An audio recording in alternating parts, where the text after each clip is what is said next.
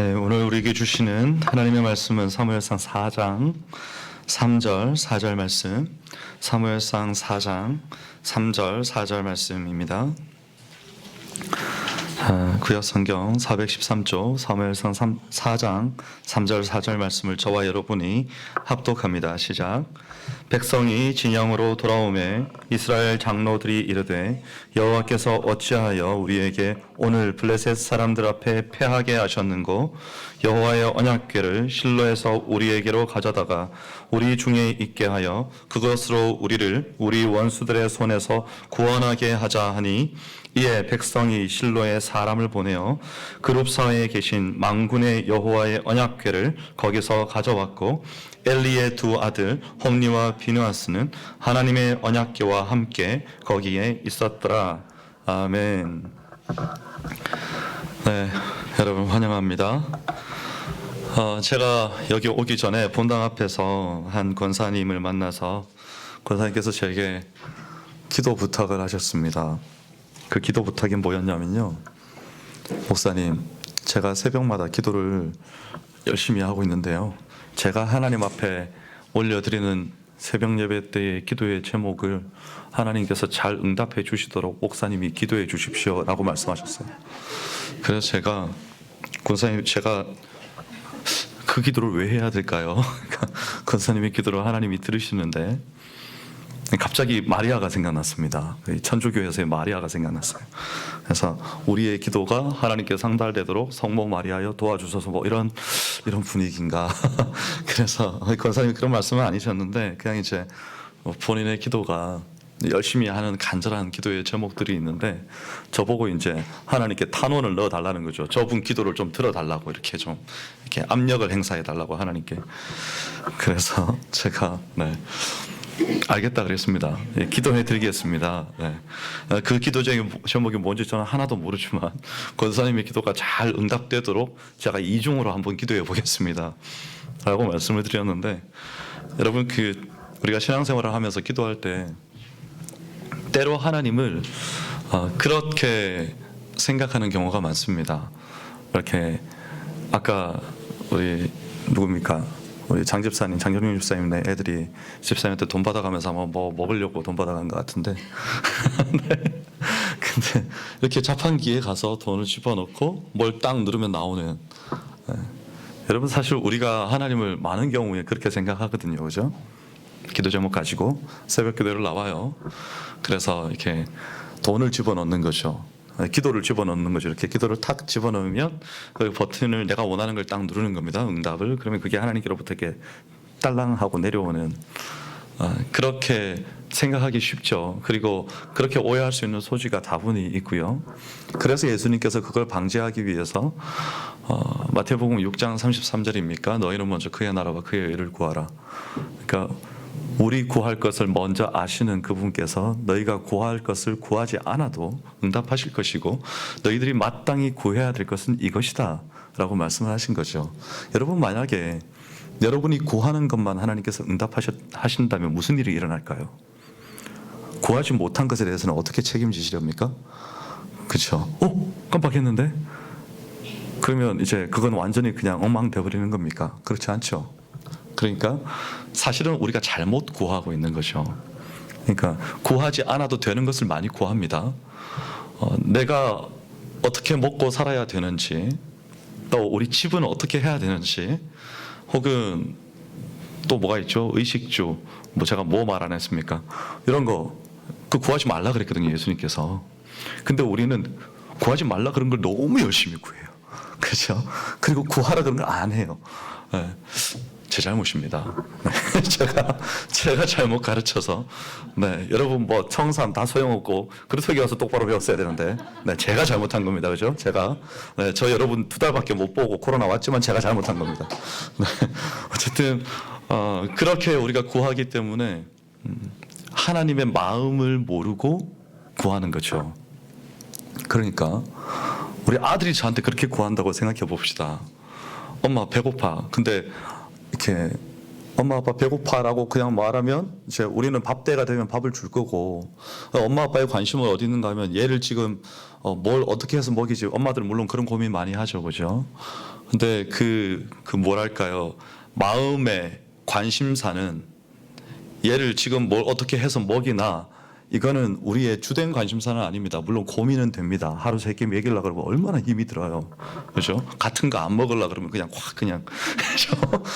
얼마나 힘이 들어요. 근데 그런 게 아니라는 거죠. 우리가 구해야 될 것은 하나님의 마음을 내게 알게 하시는 게 중요한 거죠. 그 하나님의 마음을 알면요, 애가 내 마음을 알아서 움직인다. 그러니까 부모의 마음도 알고 본인이 원하는 것도 알고, 그래서 자신의 길을 스스로 간다. 그렇게 뜻을 쫓아서. 아, 이게 진짜 좋아하시는 거구나. 요즘 우리 아들이 그 게임을 좀 많이 해서 자주 혼나요. 그러면 이제 핸드폰 사준 지가 얼마 안 돼서 그 기간을 보내고 있습니다, 허니문을. 그래서 우리가 좀 놔둬요. 그냥 하다가 질리라고 그냥 내버려 둬요. 안 질리죠, 그죠? 안 질려요. 정책을 잘못 선택했어. 근데 요즘 그래서 정책을 선회를 했어요. 이 대통령이 정책을 잘 써야 되는데 애초에 초창기에 이 정책을 잘못 설정해가지고, 그래서 이제 요즘 좀 이렇게 제가 그 패밀리 링크 해가지고 시간 제한도 걸어놓고 막 그래요. 그러면 애가 게임을 못하게 되는 게 아니고 핸드폰 자체가 그냥 딱 닫혀버리더라고요. 이렇게 열리지도 않고. 그래서 이 자녀들이 부모의 마음을 아는 게 어떤 걸까. 그러니까 아이들은 못하게 하면 때로는 자기를 미워한다고 생각하기도 하고, 혹은 억울하게 생각하기도 하고, 마음을 모르는 거죠. 마음을 왜 이렇게 하는지. 그 마음을 모르니까 원망이 쌓이기도 하고, 밤에 아들이 저한테 3번인가 얘기했어요. 아빠, 근데 게임 말고 핸드폰은 좀 되게 해주면 안 돼? 친구들이 막 카톡에 막 들어오고 문자도 들어오고 하는데 왜 답이 없냐고. 경훈아 뭐 해? 어제는 뭐 했어? 왜 답이 없어? 막 이렇게 계속 들어오는데 자기는 아무 말도 못 한대. 핸드폰이 잠겨 있으니까. 그래서 저도 마음이 약해가지고, 네. 그것만 풀어주려니까 그것만 푸는 게 안 돼요. 네. 그래서 핸드폰을 풀어줬더니 또 게임만 하고 있어. 그래서 이게 참 사람이 눈앞에 있는 사람의 마음도 몰라가지고 이렇게 좌충우돌하고 있는데, 하나님 앞에 선 우리의 마음은 우리가 하나님의 뜻을 어떻게 헤아릴 수 있을까, 그 생각을 많이 하는 거죠. 그래서 오늘 우리가 말씀 앞에 섭니다, 그죠? 지금 이스라엘 백성들이 전쟁에서 졌어요. 거기 보면 전쟁에서 죽임을 당한 군사가 4,000명이 죽은 거예요. 지금 전투에서, 직전 전투에서 백성들이 돌아왔어요. 이스라엘 장로들이 여호와께서 어찌하여 우리에게 오늘 블레셋 사람들 앞에 패하게 하셨는가. 그러고 난 다음에 그 다음에 우리의 우려하는 바가 여기 딱 나타나는 거죠. 여호와의 언약궤를 실로에게서 우리에게로 가져다가 우리 중에 있게 해서 그곳으로 우리를 우리 원수들의 손에서 구원하게 하자. 이게 자판기입니다. 그러니까 언약궤는 하나님 임재의 상징 맞습니다. 근데 언약궤를 가져다 놓는다고 하나님이 따라오시는 게 아니죠. 근데 지금 이 사람들은 어떻게 생각했는가 하면 언약궤를 가지고 오면 하나님이 따라오신다고 생각한 거예요. 그러니까 언약궤와 하나님을 동일시한 건데, 근데 중요한 건 하나님을 바라지 않고 눈에 보이는 언약궤를 바라본 거죠. 이거 우상숭배입니다. 우리 합동교단 예배당에 뒤에 십자가가 없는 거 아세요? 총회 차원에서 다 없앴습니다. 왜냐하면 이제 그거 다소 과한 결정일 수 있는데, 사람들이 십자가를 바라보고 은혜를 받는 거예요. 자꾸 십자가 형상을 바라보고. 그래서 십자가를 다 없앴어요. 아주 보수적인 거죠, 그렇죠?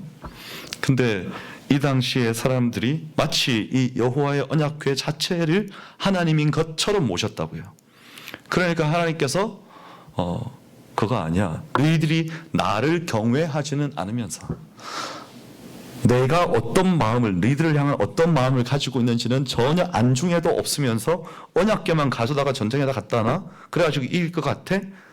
그래서 지금 하나님이 어떤 하나님으로 나타나셨는가 하면요, 여기에 나타나신 하나님은 이스라엘 백성으로 하여금 전쟁에 패하게 하시는 하나님.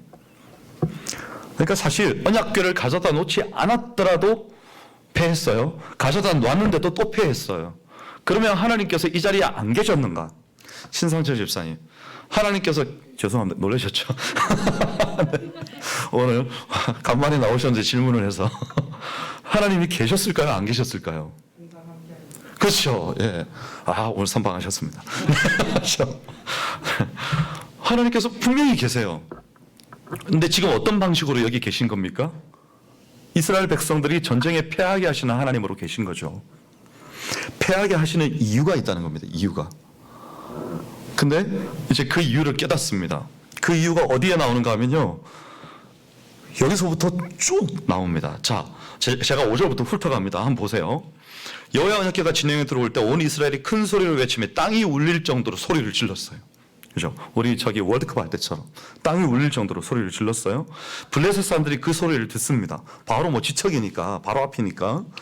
그래서 이 큰 소리를 외치면 어찌 되느냐 하다가 여호와의 궤가 진영에 들어온 줄을 깨닫고, 무시무시한 일이 벌어진 거죠 지금. 그래서 블레셋 사람이 두려워하여 이르되, 자 여기 주목하셔야 됩니다. 지금 두려워했다 그랬어요. 이걸 여러분 표시를 해놓으시고 넘어갑니다. 신이 진영에 이르렀다. 또 이르되 우리에게 화다. 이건 전날에는 이런 일이 없었다. 그러니까 신이 진영으로 직접 나온 일이 없었다는 거죠. 이 사람들이 볼 때는 지금 궤가 나온 게 그들의 신이 온 겁니다. 그리고 난 다음에 누가 우리를 이 능한 신들의 손에서 건지리요. 이거 이해는 잘 못하고 있는 거예요. 하나님에 대해서. 그죠? 신들의 손이라고 그랬으니까. 그들은 광야에서 여러 가지 재앙으로 애굽을 쳤고, 그러니까 이게 지금 여호와의 언약궤가 나온 게 신이 직접 온 거고, 그가 광야에서 이 백성을 지키셨다. 이 위대하신 하나님이 저 진영 중에 들어왔으니까 이제 우리는 두려워해야 된다. 이게 지금 요약입니다. 이게 누구의 고백인가 하면 블레셋 사람들의 고백입니다. 그랬는데 갑자기 엄청난 반전이 일어납니다. 9절에 보면요, 너희 블레셋 사람들아 강하게 되며 대장부가 되라. 지금 누가 왔는데요? 신이, 이스라엘 백성들의 신이 저 앞에 왔다고요. 방금 두렵다 그랬어요. 근데 갑자기 힘을 내래. 대장부가 되라는 거예요. 그러면서 너희가 히브리 사람의 종이 되기를 그들과 같이, 그들이 너희의 종이 되었던 것 같이 말고 대장부 같이 되어 싸우자. 그래가지고 와서 싸운 거예요. 근데 이겨버렸어요. 그러니까 이들의 눈에 하나님이 보이지는 않았던 것 같고, 궤가 오는 걸 보고 순간 쫄았던 거죠. 순간. 저 궤는 이스라엘 백성들이 광야에서 행할 때 저 궤가 있는 곳에 구름 기둥, 불 기둥이 있었고, 거기에 하나님의 임재하심이 있어서 누가 죄를 지으면, 특히 그 애굽 땅에서 나올 때는 저 구름 기둥, 불 기둥이 백성들을 보호하고 인도해가지고 홍해를 가르고 애굽의 군대들을 다 멸망시킨 그 하나님이 아니냐? 지금 이 고백을 여기에 축약해가지고 딱 말을 했잖아요. 그러고 난 다음에 힘을 내버리는 거예요. 힘을. 그러니까 이런 하나님인데 자기들이 지금 이런 하나님이 함께 하시는 민족과 싸워가지고 좀 전에 이겼잖아요. 그러니까 제 생각에 잠깐 쫄았다가 그래도 한번 붙어볼 만해. 왜냐하면 지금 쟤들의 모습이 아마 그 하나님 경외하지 않음이 충분히 보이지 않았을까. 블레셋 사람들의 눈에 이스라엘 백성들이. 그래서 싸움에 막 졌다가 뭐 하나 들어왔는데 와 하는 거 보니까 그들의 전투력은 그대로인데 뭔가 하나 들어왔는데 믿는 구석이 저거밖에 없는데 한번 붙어보자 하고 힘을 내서 싸운 거예요. 근데 져버렸어요. 그리고는 더 놀라운 일이 생겼습니다. 궤를 뺏긴 거죠. 여러분 그 영화에서 이렇게 첩보 영화 같은 거 보면 권총 들고 이렇게 뒤에서 머리 뒤에서 이렇게 탁 갖다 대면 이제 꼼짝도 못 하는 거죠. 어떡합니까? 할 수 없죠. 그냥 그대로 뭐 죽든지 체포를 당하든지 잡혀가든지 그러는 거 아닙니까? 근데 갑자기 뭐가 후다닥 한 뒤에 총을 뺏겨버린 거죠. 지금 이스라엘 백성들이, 그죠? 총을 딱 들이댔어요. 꼼짝 말은 이들이 이제 다 죽었어. 그랬는데 총을 뺏겨버린 거예요 지금. 그리고는 우리가 이런 일에 당할까봐 이러고는 궤를 가지고 가버린 거죠. 근데 저는 하나님이 제 생각에는 이렇게 위트를 보이시는 거죠 우리한테. 야, 한번 볼래? 내가 어떻게 하는지. 그리고는 궤를 일부러 빼앗기셨어 지금. 왜냐하면 하나님이 만약에 지키셨다면 이기고 궤를 안 뺏겨야죠. 근데 궤를 뺏겨버렸단 말이에요. 그러니까 이스라엘 백성들에게 주는 교훈은 뭔가 하면, 너희들이 나를 경외함 없이 너희들 눈에 보이는 궤만 숭배한다. 그러면 내가 어떻게 되는지 보여줄게 하고는 전쟁에서는 지고 괴는 뺏기고, 근데 그 괴를 빼앗기게 하신 하나님께서 어떻게 나타나시는가 하면 이 뒤에 있죠. 5장에서부터 나옵니다. 괴가 가는 곳마다 괴에서 능력이 나타나는 거예요. 그러니까 하나님은요, 사실 괴가 여기 있다고 해서 여기 계시는 분도 아니고, 좀 전에 집사님 말씀하셨잖아요. 괴가 여기 있다고 해서 여기에 묶여 계시는 분도 아니고, 괴가 실로에 있는데 이스라엘 백성들이 여기에서 전쟁을 한다고 해서 실로에 계신 하나님이 아무런 능력도 발휘하지 못하는 것도 아니고, 하나님은 상천하지에 무소부재하신 하나님이신데, 그 하나님께서는 본인이 원하시면 언제 어디서든지 당신의 능력과 주권을 행사하실 수 있는 거죠.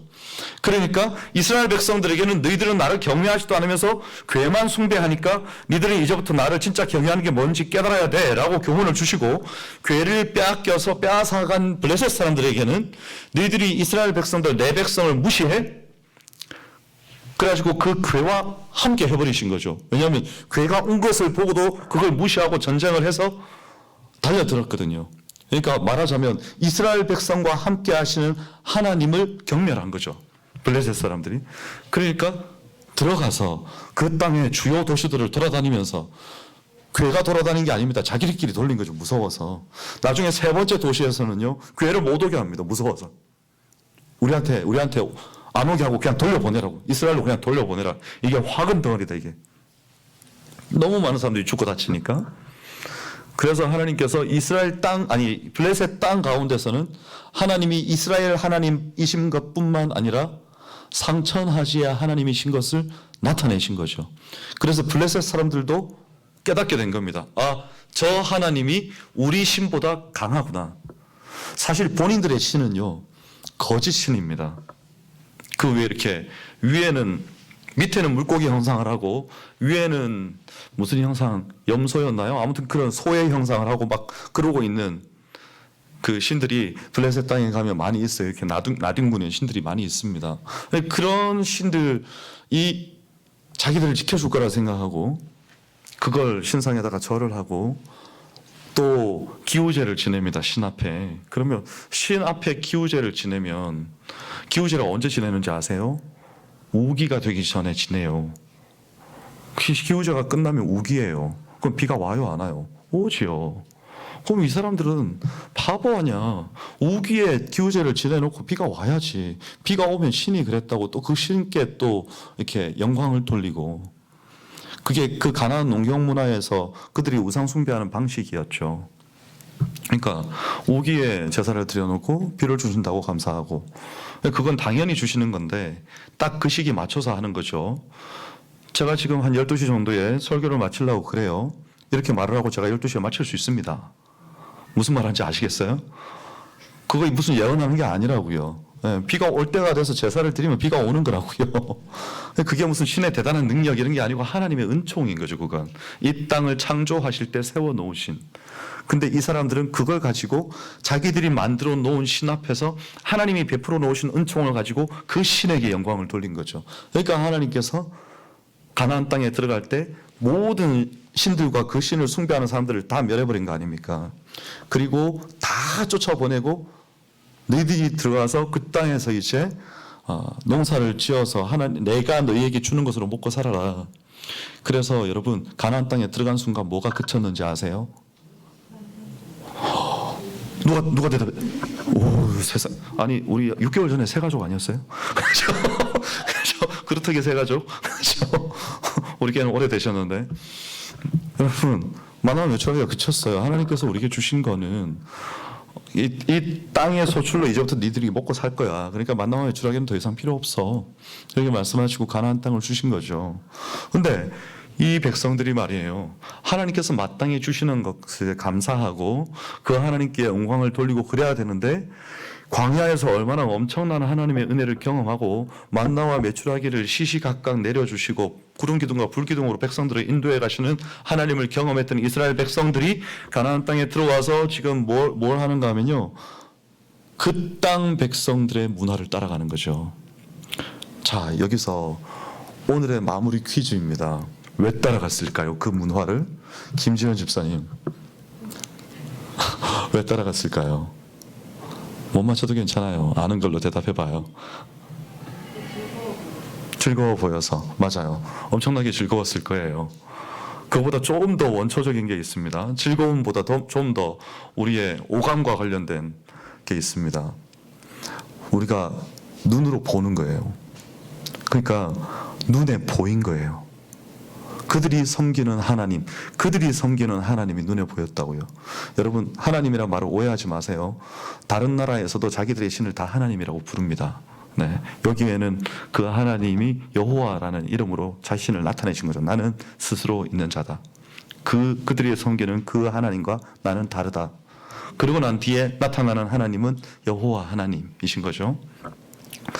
근데 눈에 보이는 하나님, 그래서 내 눈앞에 그 형상이 보여서 그 형상을 보고 기도하면 응답하시는 하나님을 섬기고 있었는데, 이스라엘 백성들이 그걸 보고 우리도 우리 눈에 보이는 하나님이 있으면 좋겠다. 그래서 출애굽한 뒤에 만든 게 금송아지였고요. 그죠? 이제는 언약궤도 그렇게 섬기는 거죠. 하나님이 언약궤를 왜 만드셨는데요? 하나님의 임재의 상징으로 만드셔서, 사실 언약궤는 백성들이 범접할 수 있는 물건이 아닙니다. 쳐다볼 수도 없어요.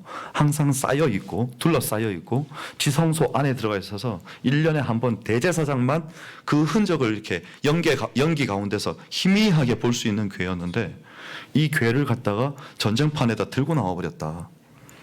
그러니까 정말 이 우스꽝스러운 짓을 한 거죠 지금. 왜냐하면 이들의 믿음은 언약궤를 들고 나오면 언약궤와 함께 하신 하나님이 우리를 이기게 하실 거다. 그러니까 하나님이 저기 계시니까 여기 오셔야 우리가 이기니까 이리로 모시고 오자, 이거 아니에요. 여러분 혹시 집에 가시면 하나님이 교회에 계신다고 생각하세요? 그렇죠? 우리는 그렇게 생각하지 않아요. 근데 이 사람들은 그렇게 생각한 거예요. 그죠?